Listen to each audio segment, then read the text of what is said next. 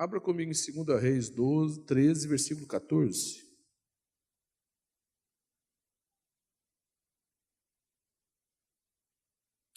2 Reis 13, versículo 14. O tema dessa ministração, o Carlos perguntou para mim, não sei se ele colocou ali, é intensidade.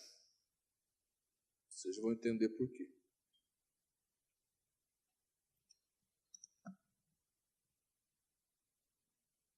Todo mundo achou?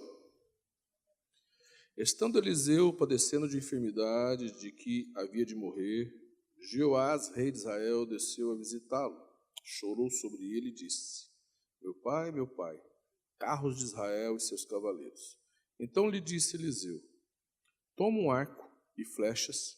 Ele tomou um arco e flechas. Disse ao rei de Israel: reteça o arco, e ele o fez. Então Eliseu pôs a mão sobre a mão do rei e disse: abre a janela para o oriente. Ele a abriu.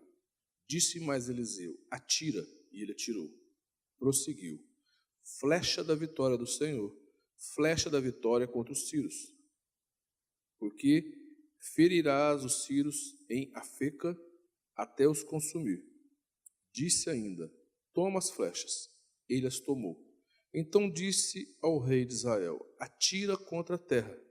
Ele a feriu 3 vezes e cessou. Então o homem de Deus se indignou muito contra ele e disse: 5 ou 6 vezes deverias ter ferido. Então feririas os sírios até os consumir. Porém agora só 3 vezes ferirás os sírios. Pai, no nome de Jesus, eu peço a tua misericórdia sobre a minha vida e a vida de cada irmão que está aqui, Senhor. Tu sabes o quanto nós somos limitados e o quanto nós somos necessitados da sua misericórdia, da sua graça. E eu te peço, ó Deus, ministra na minha vida e na vida de cada irmão que está aqui, Senhor. No nome de Jesus. Amém. Antes de eu ministrar, a hora que o James estava dando testemunho, falando sobre gratidão, eu lembrei de um testemunho, um fato que ocorreu na minha vida. Eu e a Janete, nós transformamos a copa de casa, uma época, a casa ainda não era do jeito que nós transformamos a copa em sala de televisão, porque a sala da frente a gente recebia pessoas e para aconselhar, e não dava certo, né? Meninada lá, eu tenho 5 filhos, televisão, recebia as pessoas e tal. Então, a gente recebia as pessoas na sala da frente e transformamos a copa em sala de televisão. Aí ficamos sem copa. E colocamos a mesa numa varanda. Minha sala, na verdade, antigamente era uma varanda, né? E aí tinha que comer na varanda. Só que em Brodowski, quando chove, não dava para comer na varanda, venta muito também, né? E vira e mexe, tinha que comer com o prato na mão. E eu não gosto disso. Comer na frente da televisão, eu não gosto disso, eu ficava murmurando, né? E eu murmurava, reclamava, né? Nervoso com aquela situação, né? Quando não podia sentar na mesa, a família toda tinha que comer com o prato na mão. E eu fui no Bartolomeu vi o custo, né, de uma porta, de um vitrô, para poder fechar a minha varanda e fazer uma sala. Uma porta simples e um vitrô simples. Só que ficava caro. Mas o pedreiro, eu não tinha dinheiro, eu falei: eu não vou gastar dinheiro, eu não vou fazer isso e fazer dívida, né? Eu não faço isso, né? Mas fiquei murmurando, né? Mas eu falei: dívida eu não faço. Aí o Senhor falou comigo: seja grato, agradece, né? Dá graças.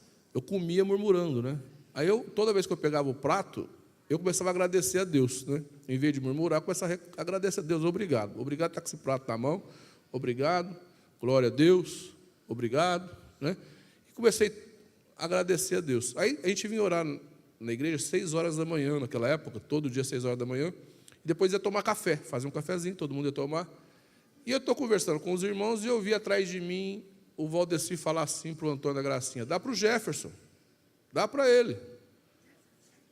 Eu falou meu nome, dá, né? Na hora a antena levantou. Eu falei: o que é? O que é que você tem para dar?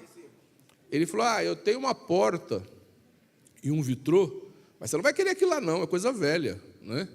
Eu falei, eu posso ir lá ver? Ele falou, lógico, né? Se você quiser, é seu.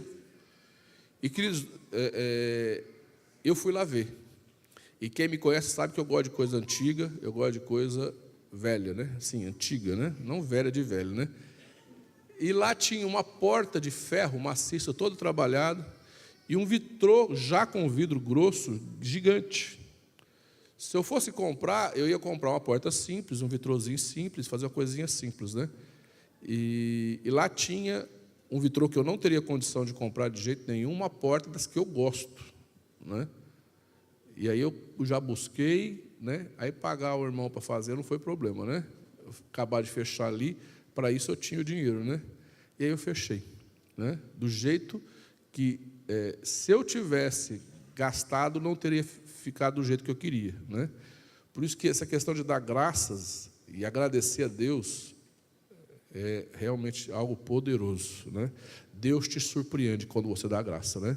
O que Deus faz na nossa vida quando a gente é grato, Ele sempre faz mais e melhor do que a gente merece, amém? E deseja, né? Deus sempre surpreende a gente, amém? Aqui é interessante, a primeira coisa que eu quero comentar com vocês sobre este texto é que Eliseu ficou doente e fala que ele morreu dessa doença, né? E tudo na Bíblia tem uma razão de ser. É interessante, nada na Bíblia é por acaso. Tudo na Bíblia tem um motivo, uma razão de ser, né? Este texto aqui joga por terra aquela ideia, existe uma ideia no meio cristão, de que homem de Deus não fica doente, de que mulher de Deus não fica doente, né? Que não morre de doença e que tem que ser saúde, né? Muitas vezes aquelas pessoas que falam muito de prosperidade, elas falam de prosperidade, e eu creio que a gente tem que ser próspero, mas de uma ideia de que o cristão não fica doente, né? E não é verdade, né? É interessante que Eliseu, que foi usado para curar Naamã, justamente um general da Síria, né? De lepra, Deus usou ele para curar Naamã, que era um general da Síria, curar de lepra, né? Morreu de enfermidade, né? Então, aqui destrói aquela ideia de que um homem de Deus, muita gente muitas vezes acha que se um homem de Deus, uma mulher de Deus fica doente porque está em pecado, está não sei o quê. Não, Deus é Deus, amém? E a gente não entende os propósitos de Deus, nem os caminhos de Deus, nem porque Deus faz desse jeito, né? A gente não entende. Muitas vezes Deus usa uma pessoa para orar por outras, ela ser curada, e ela mesma talvez não seja. Por quê? Que é assim? Não sei. Não é? Tem coisas na vida, na Bíblia, que você não entende, que você não compreende, né? Mas sempre tem uma base bíblica para isso, né? Aí, olha, Eliseu, um homem que foi tremendamente usado por Deus, usado até para curar um homem de lepra, um homem que foi usado por Deus de todas as formas, morre enfermo, né? Quer dizer, o importante, queridos, é viver para Deus, amém? E o mais importante não é que tipo de vida que você tem nessa terra, mas para onde você vai depois, amém? Qualquer coisa que você possa viver nessa terra é passageiro. O que importa é a vida eterna, amém? O que vai te importar, que nem a Márcia estava conosco até às 6 horas da tarde, né? Viva, e agora já foi recebida por Jesus. Isso não tem preço. Nada neste mundo é mais importante do que isso. Porque passar, todos nós vamos. Amém? Passar, todos nós vamos. Ou então, quando Jesus voltar, a gente for arrebatado. Amém? Mas aí, o rei de Israel vai lá, e o rei de Israel era um homem temente a Deus. E era um homem que respeitava o profeta, né? O rei de Israel, ele tinha uma consideração muito grande por Eliseu, tanto que ele vai visitar Eliseu e chora, né? Chora pela enfermidade do profeta, né? E ele tinha proximidade, ele tinha relacionamento, ele tinha respeito, e ele tinha temor a Deus e respeito pelo profeta. E o profeta, então, manda ele atirar o arco, e o profeta põe a mão sobre a mão dele, quer dizer, o profeta era a cobertura espiritual do rei. Havia um relacionamento, e aquele rei estava debaixo de uma cobertura espiritual, debaixo de uma bênção daquele homem de Deus. Aquele rei estava debaixo da cobertura daquele profeta e respeitava e amava o profeta. Chamava de pai, né? Era uma paternidade espiritual. Mas aí o profeta Eliseu fala assim: atira a flecha, abre a janela voltada para o oriente e atira a flecha sobre a terra. E ele atira 3 vezes. E quando ele atira 3 vezes, o profeta fica muito indignado. Eliseu fica muito indignado. E fica brabo. E fala assim: por que você não atirou 5 ou 6 vezes? Se você tivesse atirado 5 ou 6 vezes, você exterminaria com os sírios. Mas como você só atirou 3 vezes, você só vai ferir os sírios 3 vezes. Mas ninguém tinha falado para o rei que aquilo ali era um ato profético. Ele não explicou para o rei que aquilo era um ato profético. Ele não explicou: olha, quantas flechas você tirar significa que é o tanto de... Não explicou. Ele só mandou. E o rei fez, e o profeta ficou irritado. Por que o profeta fica indignado? Se não explicou direitinho, se não falou direitinho o que ele tinha que fazer, por que o profeta fica indignado? Preste atenção no que eu vou dizer para você. As nossas atitudes, no dia a dia, demonstram o nosso nível de comprometimento. As nossas atitudes demonstra o nosso nível de comprometimento com as coisas. E o profeta ficou indignado porque o rei fez tipo assim: obedece para não desobedecer. Quem já obedeceu, quem aqui é filho que já obedeceu o pai, mais ou menos, só para não desobedecer, né? Então o pai manda alguma coisa, a gente faz para não falar que não fez, mas também não faz. Dá aquela meia boca, não é? Faz meia boca que é para o pai não falar, você não fez. Mas faz com uma má vontade, não é? Que é como se não tivesse feito, não é verdade? Faz mais ou menos, né? Fala para o irmão que está ao teu lado: não seja meia boca. Sabe o que é meia boca? É meia boca, né? Que a pessoa que faz as coisas, mas, né? O profeta falou assim: eu não vou, eu amo ele, né? Que você vai ficar tirando flecha para a terra? Eu não vou desrespeitar. Ah, mas que coisa chata, né? Tá. Deu 3 tirinhos lá e parou, e o profeta ficou indignado. E, queridos, entenda o seguinte: toda pessoa que não tem intensidade, ela pode ter talento, ela pode ter dons, ela pode ser inteligentíssima, se ela não tiver compromisso e intensidade nas coisas que ela faz, ela não conquista nada. Ela não conquista nada. Por isso, eu vim aqui para dizer para vocês, hoje, que é muito importante na sua vida o seu nível de comprometimento, o nosso nível de intensidade nas coisas que nós fazemos. Quando eu estava com 20 anos, nunca tinha trabalhado, só estudava, eu queria demais trabalhar. Eu queria um emprego e procurando emprego. Eu não tinha nem noção em onde procurar emprego. Saí caçando, prestei concurso, passei no Hospital das Clínicas, me chamaram. Eu queria trabalhar, foi minha vida, eu me converti e eu entendi que eu tinha que fazer uma coisa na minha vida, eu não podia só estudar, esperar, me formar, para depois trabalhar, que minha vida tinha que ir para frente. Eu falei: já vai para frente agora, eu tenho que dar um jeito na minha vida.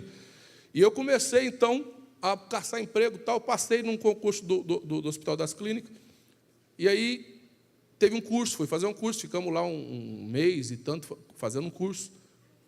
E aí entra uma psicóloga na sala e manda a gente desenhar um cachorrinho na folha. Eu falei: gente, mas o que tem a ver cachorro com enfermagem, né?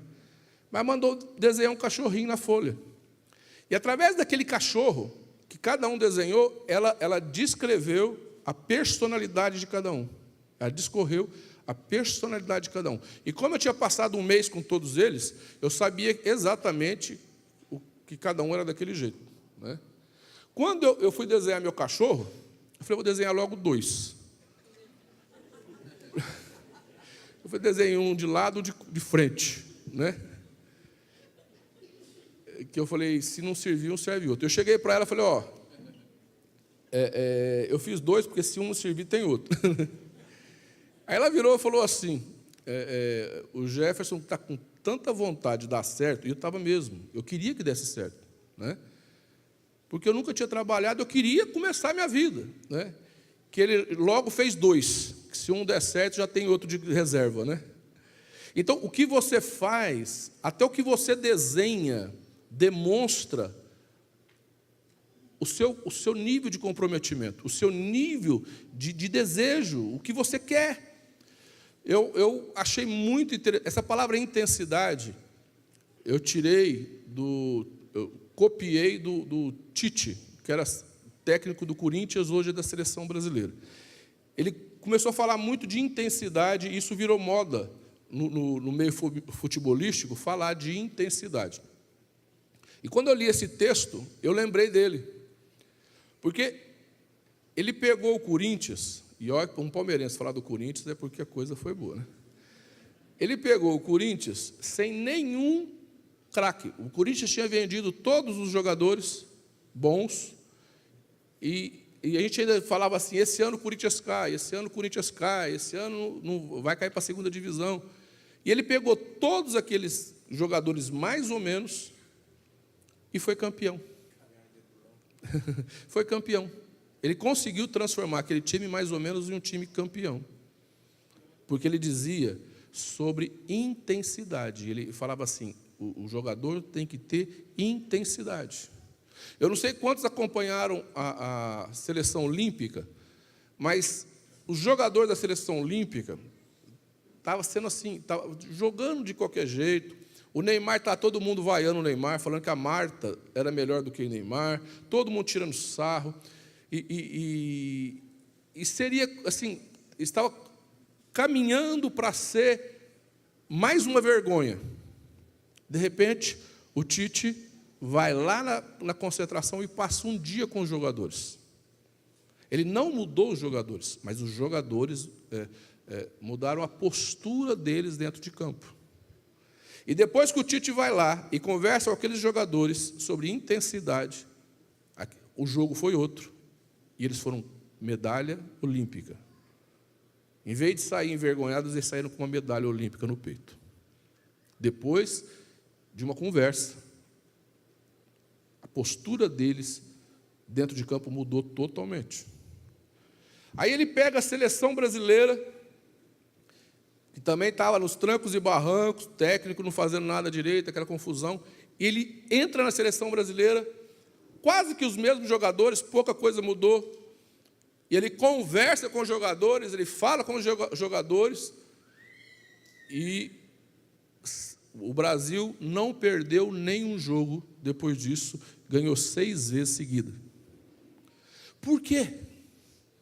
Não mudou o jogador, não mudou nada, o que mudou foi a maneira de enxergar, o que mudou foi a disposição de ver as coisas, o que mudou foi a intensidade, o comprometimento daqueles jogadores. Os jogadores da seleção olímpica poderiam ter saído vaiados e envergonhados da Olimpíada, mas saíram com a medalha no peito, porque através, talvez de uma palestra, de uma conversa, eles entenderam que o nível de comprometimento é que faz uma pessoa vitoriosa. Amém? O nível de comprometimento é que te faz vitorioso. Se você estuda, tenha compromisso com os seus estudos.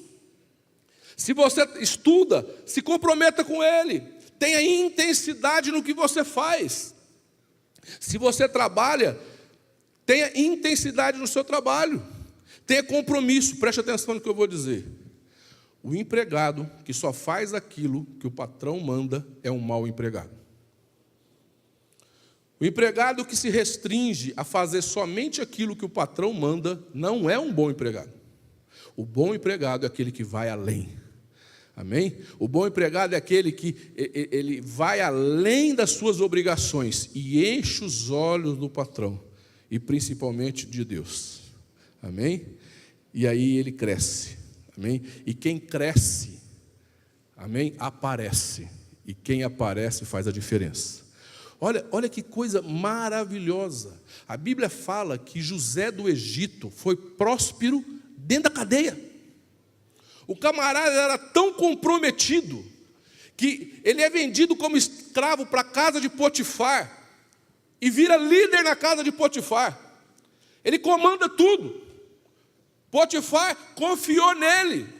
Aí a mulher de Potifar dá em cima dele, calunia, e ele vai parar na cadeia. Ele poderia ter se tornado uma pessoa magoada, uma pessoa ferida, ele poderia ter se transformado numa pessoa desistida, e ele tinha motivos para ser uma pessoa magoada, desistida, porque ele foi, injustiça não faltou na vida de José. Os irmãos foram injustos com ele, a mulher de Potifar foi injusta com ele, o próprio Potifar foi injusto, porque mandou ele para a cadeia sem nem sequer saber o que tinha acontecido, e ele caiu na cadeia. Mas ele era um homem comprometido com Deus e com o reino de Deus. E a Bíblia fala algo que eu acho fantástico. José prosperou na cadeia. Já viu alguém prosperar na cadeia? Mas dentro da cadeia, ele se transformou num líder. Por quê? Porque ele não olhou para a cadeia. O nível dele de comprometimento estava acima daquilo. Você sabe aonde que foi parar José depois de tantas injustiças? Governador do Egito. Porque ele era um homem comprometido. Fala para o irmão que está do lado, seja uma pessoa comprometida. Seja uma pessoa comprometida. O que nos impede de ser pessoas comprometidas? A primeira coisa é o medo. O medo fez Adão se esconder de Deus. O medo faz a gente fugir da responsabilidade. O medo trava. Rafael falou para mim que levou 4 anos para entregar a carteira de trabalho dele para o patrão. Não foi, Rafael? Não tinha coragem de entrar no escritório. Acredita nisso? O patrão pediu a carteira e levou 4 anos para entregar a carteira. Aí um dia pegou coragem. Depois aprendeu, né? Aí falou que ele entrava toda hora lá no escritório para conversar com o patrão. O medo trava. O medo paralisa. Mas a palavra de Deus diz que o perfeito amor lança fora o medo. Repete comigo: o perfeito amor lança fora o medo. Amém? Coragem não é ausência de medo. Coragem é agir apesar do medo. Vai com as pernas tremendo, mas vai. Amém? Tem gente que a gente chama para vir aqui na frente, trava. Vem travado, mas vem. Porque um dia rompe. Amém? A primeira vez que falaram que eu ia pregar, eu fiquei 1 mês com dor de barriga. Toda vez que eu lembrava, me dava dor de barriga, eu ia no banheiro, né? O medo te impede de conquistar. O medo te impede de alcançar. E a pessoa, ela prefere, aí ela fala assim, não, eu não gosto, não quero, não vou, não sei o quê, dá um monte de desculpa, porque está com medo. E o medo faz com que a pessoa perca o melhor que Deus tem para a vida dela. Amém?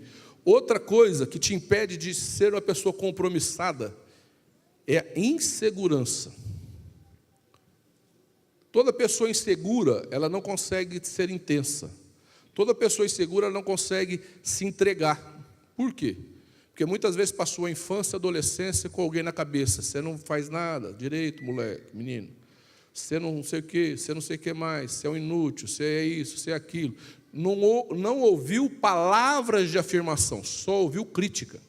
A pessoa que passou a infância e adolescência só ouvindo crítica, ela não tem confiança nela mesma. Ela não acredita que ela pode. Então ela fica insegura. Mas se você ler a palavra de Deus diz que o Senhor confia em você. Os planos que eu tenho para você são planos de paz e não de mal, para dar para você o fim que você deseja. Amém? Gideão era uma pessoa assim mais ou menos insegura. E aí o anjo chega e fala assim: ô valente! Ele olha para trás e fala: cadê o valente? Aí o anjo fala: não, é você mesmo. Quer dizer, Gideão não se enxergava como valente, mas Deus via Gideão como um valente. E Deus olha para você e vê você como um valente. Amém? E Deus mostrou para Gideão que ele podia ser um valente, ele se transformou num valente. Por isso, queridos, entenda o que eu vou dizer, você é um valente de Deus, porque o Espírito Santo habita em você, né? Um outro problema que nós temos, que muitas vezes não deixa a gente conquistar algo, é a preguiça. A Bíblia fala, vai ter com a preguiça, vai ter com a formiga o preguiçoso, né? Como que é? Vai ter com a formiga o preguiçoso? Esqueci o resto. Vai ter com a formiga o preguiçoso, considera os teus caminhos e seja sábio, né? A preguiça é um problema. Tem gente que tem preguiça. Não pode ter preguiça. Amém? Não pode ter preguiça. Você tem que ir à luta. Quem não vai à luta não vence. Amém? Falta de perseverança é outro problema. Eu estava falando de manhã, a Débora fez 6 meses de direito, aí chegou no meio do ano, ela falou assim para mim, ô pai, estou querendo fazer outra faculdade. Eu falei, que bom, filho, a hora que acabar essa, você começa outra. Ela falou assim, não, pai, eu queria parar esta. Eu falei, depois que eu paguei 6 meses, você vai fazer os 4 anos. Você vai fazer. Aí ela foi, fez, gostou, prestou o exame da OAB, passou na primeira e é advogada. Mas na primeira luta, ela desiste. Aí vai tentar outra faculdade, depois desiste. Vai tentar outra, desiste, e aí? Não é? A gente tem que perseverar. Não é? As coisas não vêm. Tudo que é fácil, vai fácil. 95% das pessoas que ganham na loteria perdem tudo e ficam mais pobres que antes. Tudo que vem fácil, vai fácil. Tudo tem que ser na luta, amém? Na garra, amém? Luta, persevera. Eu comecei a vir em Brodowski em 82, fazer uma célula. Você acha que eu vim aqui de sábado à tarde fazer célula? Eu sentia arrepio, o poder de Deus, unção, e assim, o Espírito Santo vinha falando comigo, os anjos em cima, lá de Ribeirão Preto até aqui. Vocês acham? Eu vinha por obediência, por temor a Deus. A estrada era pista simples e meu carro era Fusca. Só tinha 4 marchas. Era uma viagem vir em Brodowski. Hoje é 15 minutos, mas era uma viagem vir em Brodowski. Pista simples. Pegava a Jacutinga com 3, 4 caminhões na frente, levava meia hora para subir aquele trem. E eu não sentia poder, unção, não, eu vinha por obediência. E chegava aqui 2, 3 jovens, aí um jovem parava de vir, começava outro, depois começava outro, parava outro, aí ia para 6, caía para 2, subia para 5, descia para 3, e eu aqui, vindo. Aí cresceu um monte de jovem, um monte de gente. Aí eu descobri que acabava a reunião e ia tudo fumar maconha. E tinha uma irmã que deixava isso tudo namorar escondido de mim. Eu proibia de namorar, e ela, escondido, tudo namorava. Aí eu expulsei 13 da igreja. Vocês não... Tchau. Primeiro chamei a atenção, falei, não pararam, eu dei cartão vermelho. Falei, tchau. Vocês, ou serve a Deus direito ou tchau. Sumiu 13, ficou só 6. Aí chamei os 6 e falei, se for para levar as coisas de Deus a sério, eu venho. Se for para brincar, eu não venho, não. Agora, se for para levar as coisas de Deus a sério, eu venho. Então, nós vamos levar a sério. Os 6 ficou. Aí apareceu o Jair. E o Jair era amigo dos maconheiros. Foi só expulsar aqueles maconheiros, apareceu o Jair. O nome do Jair é Pé na Cova. E aí o Jair apareceu na porta da igreja. Foi depois que eu mandei eles embora. E converteu. E aí veio a irmã Iraídes. E veio outra pessoa. E estamos aqui até hoje. E se eu tivesse desistido? Não desista, persevera, amém? Persevera. Hoje, é só dar uma crise no casamento, a vizinha fala assim, vai no fórum. Sempre tem uma vizinha para falar, vai no fórum, sabor. Não é? Que fórum, meu irmão? Casou, tem que ficar casado, amém? Casou, tem que ficar casado até Jesus voltar, não é? Chorando, não é na alegria ou na tristeza? Vai. Não tem conversa. Tem gente que depois sofre. Casou, fica casado. Amém? Tem que lutar. A vida, se você quer vitória, persevera. Amém? É perseverança que te faz vencer. Preste atenção. Esse negócio de meia boca não é com Deus. Esse negócio de mais ou menos não é com Deus. Porque Jesus falou assim, sim, sim, não, não. O que passar disso é do diabo. Então, com Jesus não tem mais ou menos. Ou é sim ou é não. Ou é ou não é. Ele já falou. O que passar disso é do diabo. Não tem conversa. É, mais ou menos, não. Então, você nunca mais também, na hora que alguém falar para você como você está, você não me fala mais ou menos. Fala, estou bem. Ou então fala, estou mal, ora por mim. Mas esse negócio de mais ou menos não é de Deus, não. Esse negócio de, sei que... Não. A gente tem que ser ou positivo ou negativo. Ou é ou não é. Amém? Jesus é que falou. Ele falou também assim, olha, você não pode agradar 2 senhores. Porque você vai desagradar um e agradar outro. Você tem que ter um Senhor só. Então, se você serve a Deus, serve a Deus. Toma postura. Amém? Em Apocalipse, Jesus fala assim, ó, antes fosse frio ou quente, agora que é morno, vai ser vomitado. Olha só, o morno é o mais ou menos. Aquele que nem esquentou e nem esfriou. É morno. Esse não serve. É isso que a Bíblia está dizendo. Então, a gente... Você quer ter vitória na sua vida? Você quer conquistar? Seja positivo. Seja incisivo. Seja intenso naquilo que você faz. Amém? Busca Deus. Ora. Clama ao Senhor. Porque a palavra de Deus diz assim, olha, buscar-me-eis e me achareis quando mais ou menos me buscares. É isso que diz a palavra? É? Não. Buscar-me-eis e me achareis quando me buscares de todo o coração.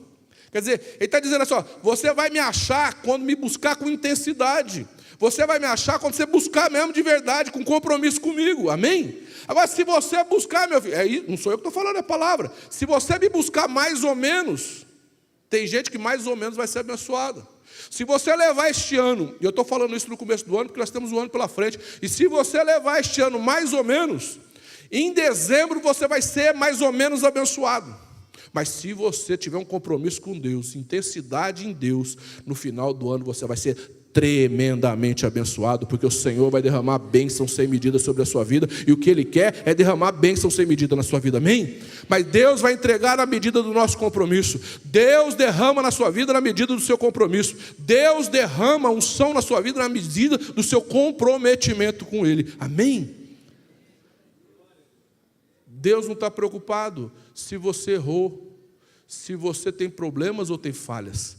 Conserta, põe a vida no altar, assim como Davi fez, e mantenha o seu nível de compromisso com Ele. Amém? Olha o que aconteceu com Gideão. Gideão tinha 32 mil homens para uma batalha.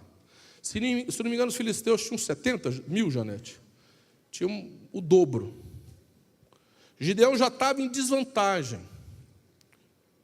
Gideão já tinha um exército menor que o do inimigo. Aí Deus vira para ele e diz assim, é muito. É muita gente. Manda os que estão com medo voltar para trás. Gente, ó, quem está com medo pode ir para casa, viu? 22 mil. Vazou na goiabeira. Pegaram o rumo de casa, ó, vazaram. Ficou 10 mil. Aí Deus falou, ainda é muita gente. Manda eles beber água na beira do rio. Quem beber água que nem cachorro, agachado, você manda de volta para casa. Fica só com aqueles que ficaram em pé e beberam água com a mão assim, ó. Com a mão na espada, a outra levou na boca. A hora que o Gideão olhou, ficou desesperado. A maioria agachado que nem cachorro. 9.700. Agachado, tem cachorro. Falou, gente, os cachorrinhos voltam tudo para casa. Ficou 300. Sabe por quê? Você vence uma guerra com 300, mas não vence com 32 mil sem compromisso. Você vence uma guerra com 300 homens, mas você não vence com gente que não tem compromisso, não tem intensidade, não está envolvido com a causa de Deus. Porque o medroso, na hora da batalha, começa a disseminar a confusão. O medroso, na hora da batalha, começa a espalhar medo para todo mundo. E até os corajosos ficam com medo de sair correndo. Os outros, por que ele mandou só levar aqueles que beberam água em pé com a espada na mão? Porque numa guerra você não pode marcar bobeira. Aqueles que estavam comprometidos com a guerra já estavam vigiando. Aqueles que estavam comprometidos com a guerra, comprometidos com a causa, já estavam alerta. Já, em pé, com a mão na espada, outro levou na boca, porque eles já estavam. Os outros não estavam nem aí se tocando com o que estava acontecendo. Estava indo para uma guerra de gaiato. Querido, você quer ter vitória na sua vida? Tenha comprometimento com Deus. O que você for fazer, o que Deus colocar na sua mão, faça com intensidade, porque o Senhor vai te honrar. Se os homens não te honrar, Deus te honra. Nós não esperamos honra de homens, nós esperamos honra do nosso Deus. Tudo aquilo que os homens não te honrar, Deus vai te honrar, mas Ele honra quando a pessoa tem compromisso com Ele. Amém? Vamos ficar em pé, queridos.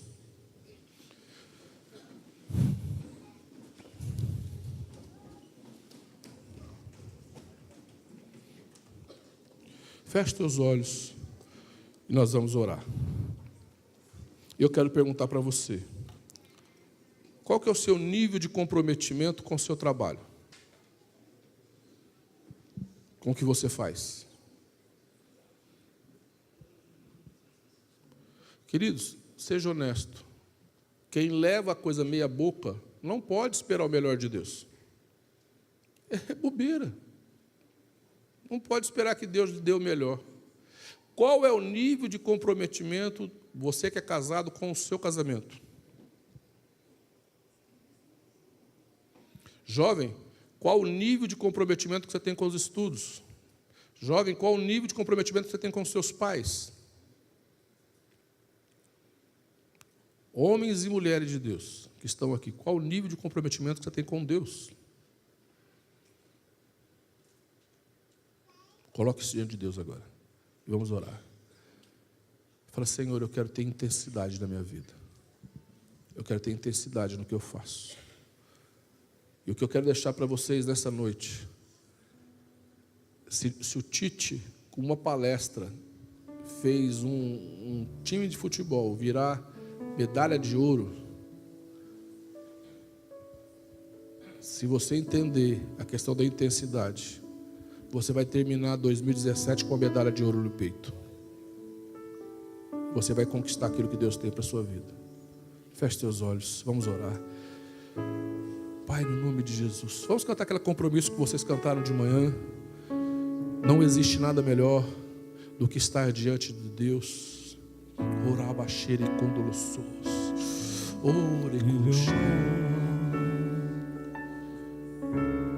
Do que está diante de Deus. Pode o mundo se abalar, pode o mundo se abalar. Seguro estou em ti, seguro estou em ti, seguro estou em ti. Tudo foi criado por ti, tudo foi criado por ti. Nós também, para teu louvor, quero sempre te exaltar, pois és fiel a mim, pois tu és fiel a mim. Como é estar te servindo com compromisso contigo. Nada vai nos separar do teu amor, Jesus. Oh! Como está te servindo, com compromisso contigo. Nada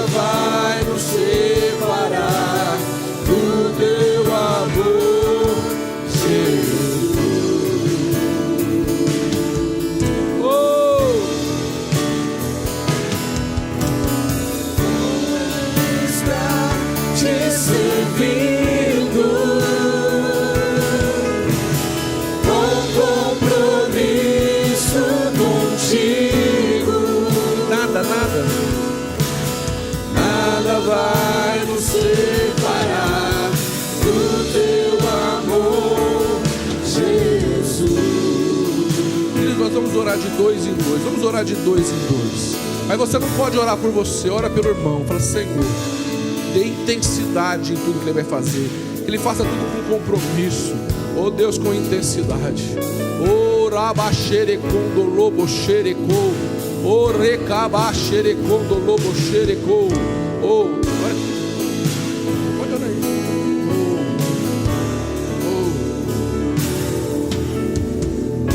Existe nada melhor. Senhor, nosso Deus e Pai, derrama sobre as nossas vidas o Teu poder, a Tua unção, Pai, para que nós tenhamos intensidade em fazer a Tua vontade, Pai. Aquilo que o Senhor colocar em nossas vidas, que nós façamos para o Senhor com um amor, com intensidade, Senhor, debaixo da Tua instrução, a instrução do Teu Espírito Santo. Que nós levemos o nosso trabalho a Ti, Senhor, com seriedade, Pai, intensidade, Senhor, para a honra e glória do Teu santo nome, Pai. Trabalhe em nossas vidas, Senhor, para que nós façamos o melhor para o Senhor, para que nós possamos dar o nosso melhor para o Senhor. Ajuda-nos, Senhor, capacita-nos, Senhor, derrama o Teu óleo santo, Senhor, nos prepara para fazermos a Tua vontade, para fazer aquilo que está no Teu coração, ó Pai. Prepara nossas vidas, Senhor, para Te servir. Oh Deus, que nós sejamos vencedores, Pai, vencedores, vencedores em tudo aquilo que o Senhor colocar em nossas mãos. Faz a Tua obra em nossas vidas. Queremos honrar e glorificar o Teu nome.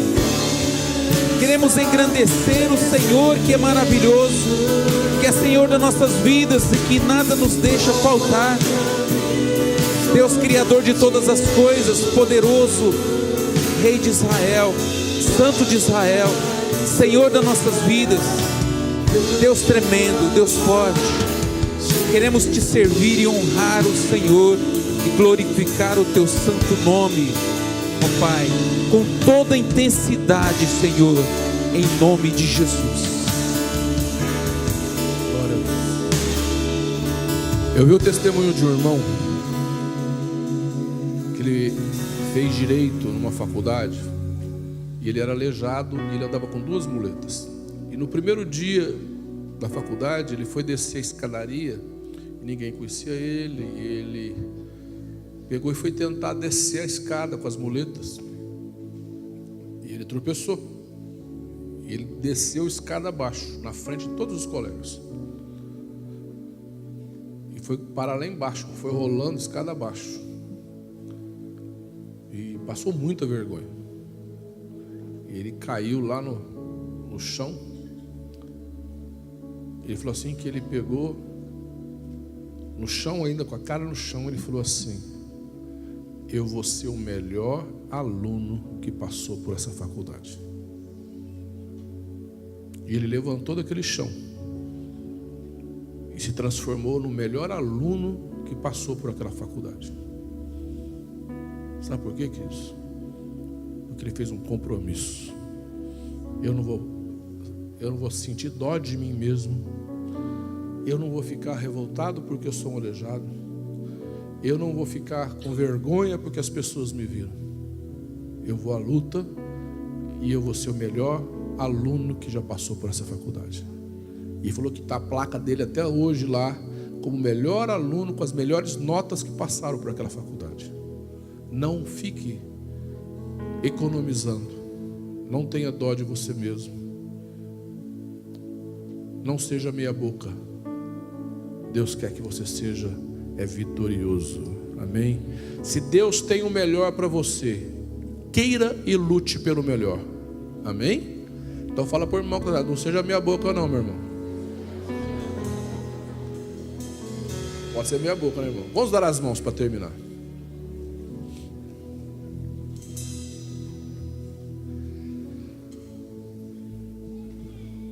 Pai, no nome de Jesus, Deus querido, reveste a cada um com poder.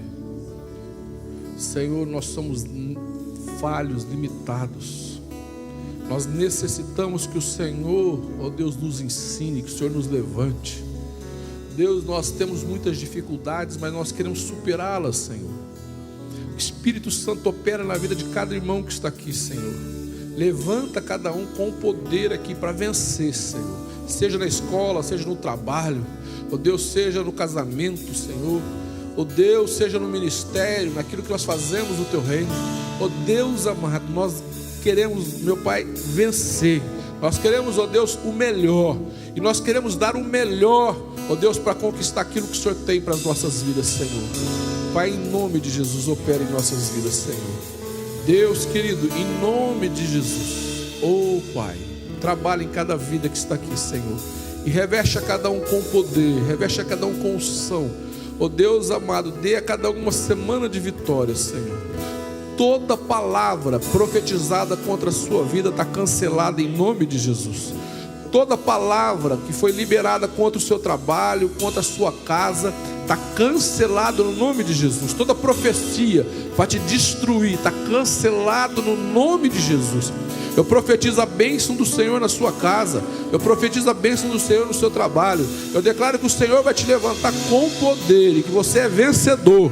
Eu declaro que você vai vencer em nome de Jesus. Que a mão do Senhor te revista com poder e autoridade em nome de Jesus.